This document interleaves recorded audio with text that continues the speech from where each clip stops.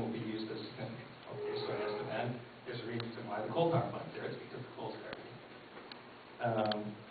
As opposed to other sources of power, there is no great cost in moving nuclear material to the place where the power is produced. So, I mean, other than security, you know, a kilogram of uranium produces huge amounts of power. So, the argument doesn't apply for uranium. There is no inherent reason that nuclear power should be produced here simply because we produce uranium. It doesn't apply. We often hear this argument made for baseload power, and I'm not a rocket scientist, or maybe I'm kind of a rocket scientist, but it seems to me, you know, if you've got fluctuating power sources like solar and wind and whatever, you can store power. And whether you store that by hydrolysis, separating chemical, or pumping water up a hill back into a reservoir, or putting it into a big battery. I mean, this thing, you know, you can produce baseline power from just by storing energy. And that requires, you know, you can compress gas into, you know, to use tanks, and then run it out of a turbine later on, and you can do this thing. It just means you have to produce more potential energy, so you can store it right. So this baseline power stuff is kind of a red herring.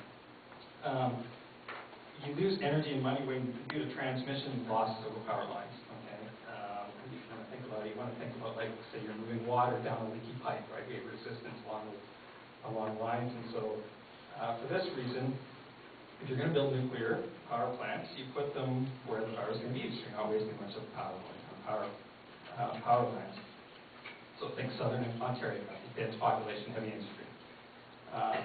So that's where it's really useful. It's particularly useful if there's no other power source available, like southern Ontario, really. The situation in Saskatchewan is the exact opposite of where you want to put a nuclear reactor. Here we have relatively minimal power needs compared to most places. And we're consuming power over very large areas, so it's the exact opposite of where you want to put a nuclear reactor.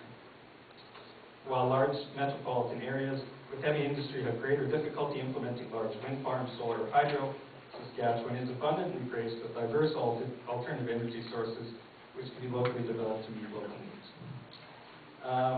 If you go nuclear, the power grid would have to receive a large overhaul to accommodate such a source. Once again, imagine transferring water to all over Saskatchewan from one source. You have to have much bigger pipes, and you have to go a much larger distance. Expensive. So, for instance, if you want to have this large central power production scale, it's going to cost, it's going to be expensive. You have to revamp everything. Alberta is expecting to just repay their first phase of their revamp of their power grid, and they're expecting that to cost $8 billion.